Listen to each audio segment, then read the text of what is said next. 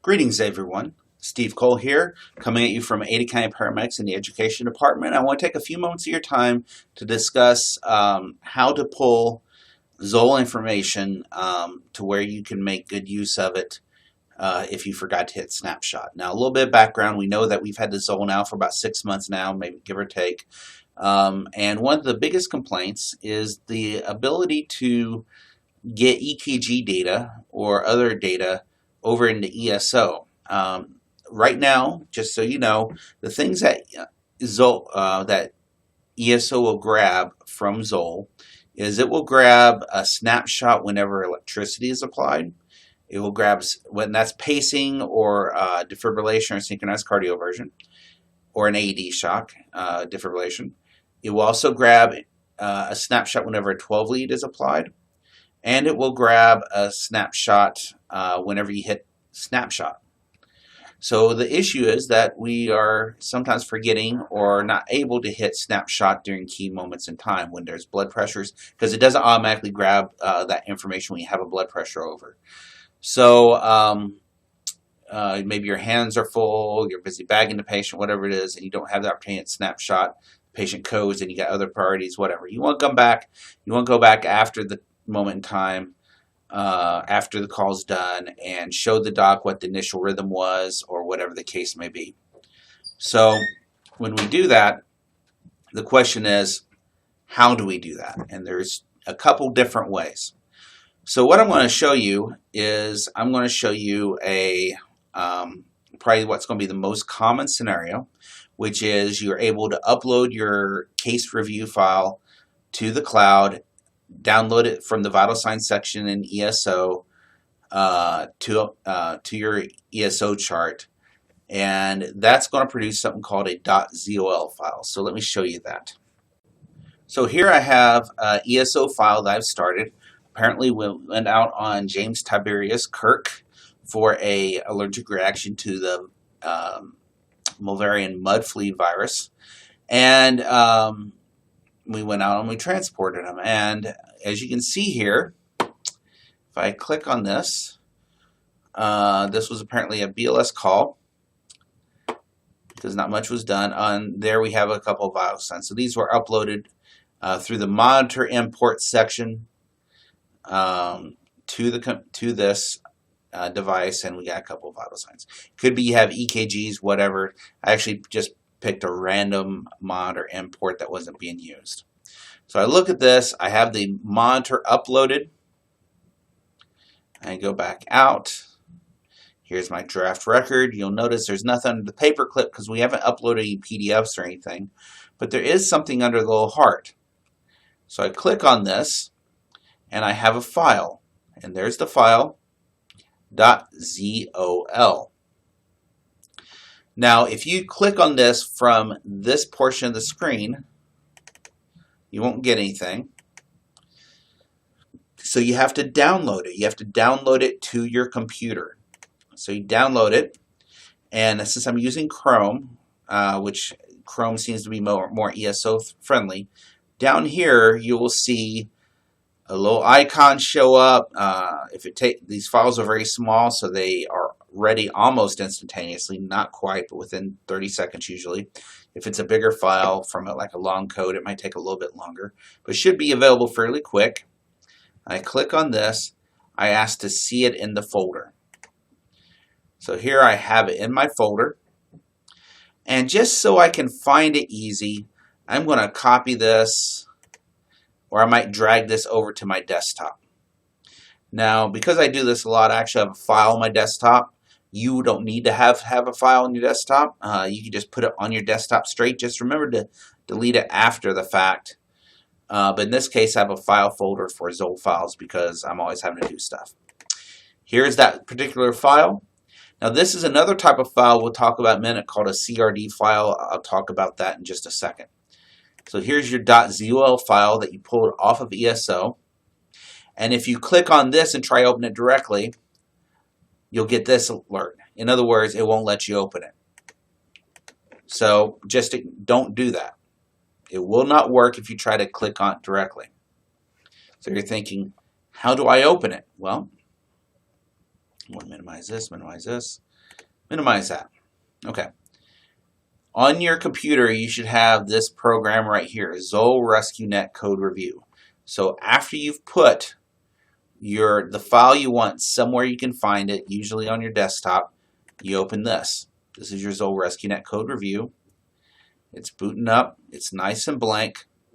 And the second mistake people make is they try to open it from this hard. It says search case review. The program doesn't exist, or the file isn't in case review yet, so you won't be able to find it. Go to File, Open, and then go to wherever you had it on your desktop, or in this case I had it in this special folder. Wherever you tuck that .zoll file, in this case there it is, click on that.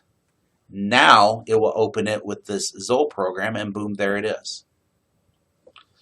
So this was a BLS call. There were no EKGs, anything like that. Obviously, the longer the call, the more stuff you have going on, the longer this list is.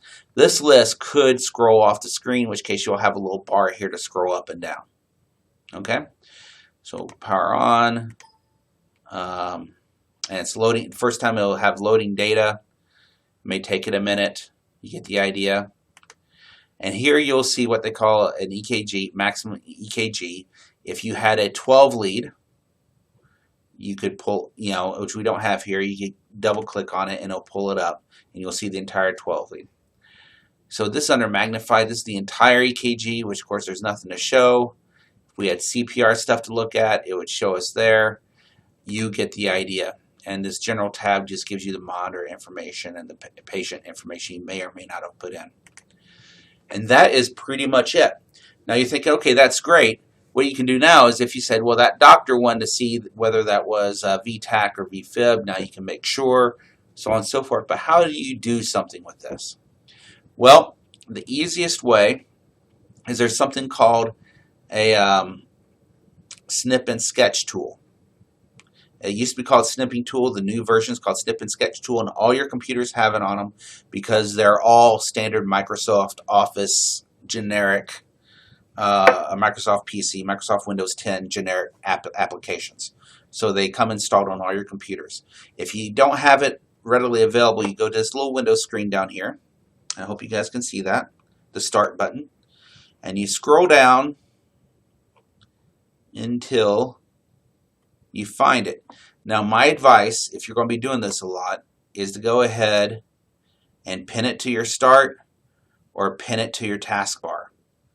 I would pin it to Start, puts it in this field, pin it to your taskbar, pins across the bottom, so every time you boot up the computer you don't have to go hunting for it. Your choice what you want to do. Anyway, so you then take this, you open it up. We'll pull this over on this screen here. Okay, now you could snip the whole screen. You don't want to do that, just hit New. And if this was your EKG, boom,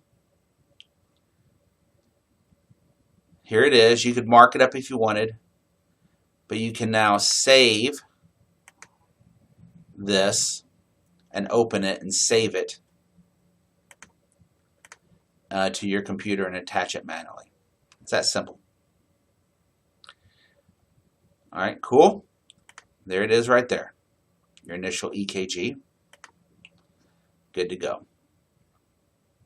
And it's saved under pictures unless you tell it to save somewhere else.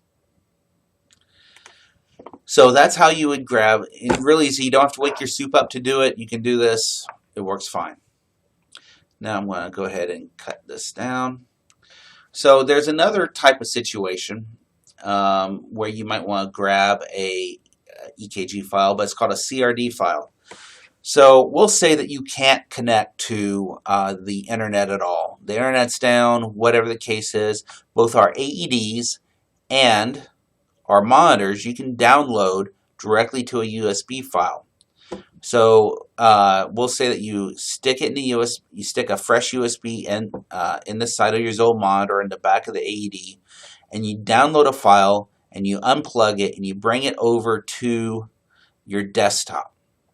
Now, if you're on your mobile and you haven't synced up your chart yet, there is a program on your mobile that allow you to bring it straight up into into ESO automatically.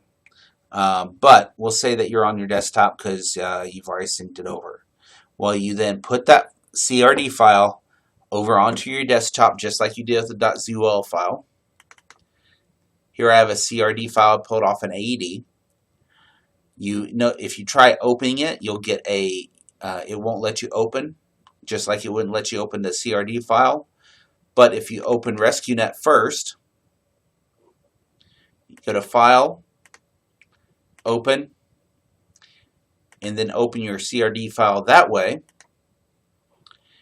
It will open all, and there it all is, the entire AED file, whatever the case may be. And you can snip, sketch, whatever you need to do, look at your initial rhythm after the fact just fine. So I hope this was useful.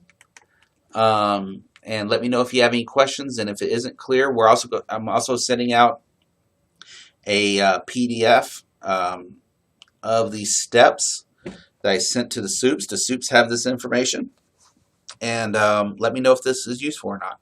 Hopefully soon we'll have some better solutions for transmission, and we'll all be happy. Thank you.